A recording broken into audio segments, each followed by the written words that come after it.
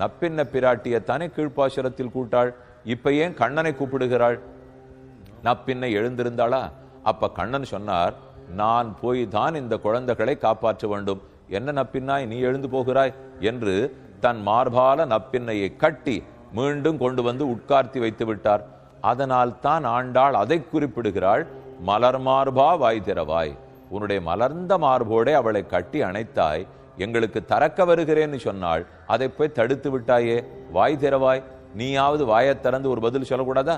உடனே நப்பின்னை, நான் போகும்போது என்னை தடுத்தாய், இப்போது நீ போய் பேர் எடுக்க பார்க்கிறாயா? போனாயானால் தெரியும் செய்தி என்று தன் அழகான மை பூசப்பட்ட கண்களால் ஜாடை காட்டினாளாம். போட்டி போட்டி கொண்டு பெருமானும் பிராட்டியும் ரட்சிப்பார்கள். இந்த பாசுரத்தில் என்னமோ போட்டி போட்டு தடுக்கிறாப்புல இருக்கு இல்லையே. போட்டி போட்டு தங்களுக்கு அந்த பெயர் கிடைக்கணும்னு பாக்குறா. கண்ணனுக்கும் நமக்கு பெயர் கிடைக்கணும், கோபிகைகளை நாம் ரட்சித்தோம். நப்பின்னைக்கும் தனக்கு அந்த பெயர் கிடைக்கணும், கோபிகைகளை ரட்சித்தோம். இப்படி இருவருமாக சேர்ந்து நம்ம ரட்சிக்கிறார்களோ இல்லையோ, இவர்களைத்தான் திவ்ய தம்பதின்னு சொல்றோம், சேஷி தம்பதிகள்னு சொல்றோம். நாம் அத்தனை பேரும் தாயாருக்கு அடிமை, அந்த தாயார் பெருமானுக்கு அடிமையாய்.